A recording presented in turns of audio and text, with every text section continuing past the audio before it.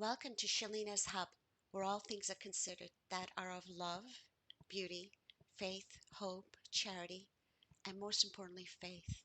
Our topic of discussion is on death and what it means, and how to understand it more and not fear it. First, though, a prayer. Dear God, unto Thee do I lift up my soul in humble supplication, as I seek solace amidst the shadows of death.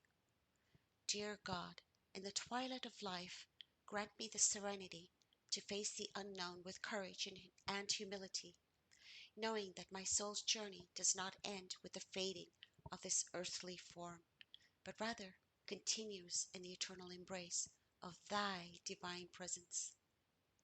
Amen. In the boundless ocean of existence, death appears as an enigma that has captivated the hearts and minds of seekers from time immemorial. Our comprehension of this inescapable transition is frequently colored by trepidation and doubt. Yet, amidst these sentiments, we may discover solace and knowledge in the teachings of the divine and the profound wisdom of some of the Sufi mystics, such as Rumi, as well as Buddhist monks. Through the lens of Sufism, however, we can perceive death not as a cessation, but as a metamorphosis, rather a passage into a different state of being where the beloved welcomes those who have departed from the temporal world. And so in this context, death is mere milestone in our eternal journey towards unity with the divine. Our transient sojourn in the world of form serves as a reminder that we are part of a grandeur plan, an exquisite interplay of love and of light that transcends the confines of material existence. As we journey the path of life, the awareness that our souls are destined to reunite with the beloved can enlighten our hearts with serenity and courage. As the great Sufi poet Rumi once wrote, quote, "The death of the soul is to be uneducated and ignorant, while the life of the soul is to be free and to know God." Quote. In this profound reflection, we find an invitation to embrace the reality of death, not as a cause for despair, but as an opportunity for growth. For it is through the doorway of death that we may ultimately dissolve into the boundless ocean of divine love, God's infinite love, and be cradled in His divine light.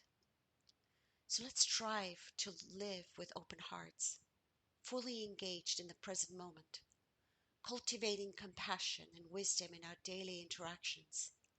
No matter where or from with whom, make each moment as though it were your very last one. As we navigate the ebb and flow of life, let's remember that death is not an end, but a new beginning, a sacred reunion with the beloved that awaits us all. In the words of yet another Sufi master, Hafiz, even after all this time, he says, even after all this time, the sun never says to the earth, "You owe me." Look what happens with love like that. It lights the whole sky, unquote. May we approach the mystery of death with love and humility, recognizing its transformative potential and its ultimate promise of returning us to the embrace of the divine.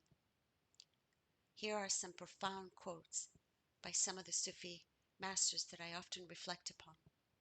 As Rumi quoted, "Death is not an end, but a beginning. It is a door to a new life, a new adventure. It is a time to let go of all that is holding us back and to embrace the unknown." Unquote. Another one by Hazrat Inayat Khan, quote, he says of death, quote, "Death is not something to be feared, but something to be embraced. It is a natural cycle of life, and it is time of great transformation. It is a time to let go of our attachments to the material world and to focus on our spiritual journey." Unquote. And death is the great teacher. It shows us that everything in this world is temporary and that the only thing that is truly real is love. It is the time to let go of our ego and to surrender to the divine. Death is not the end of the story, but the beginning of a new one. It is a time to let go of our fears and to step into the light. Death is not something to be sad about, but something to be celebrated. It is a time to rejoice in the fact that we have lived a full life, and we are now one step closer to our ultimate destination. I'd like to share a short story reflecting upon death. Once upon a time, or rather once in a small village nestled at the foot of a serene mountain, there lived a wise old woman named Lila. She was known far and wide for her profound understanding of life and its many mysteries, and people from all walks of life sought her counsel, for she spoke with great wisdom and compassion. One day, a young man named Farid approached Lila, seeking answers to a question that had haunted him for years and years.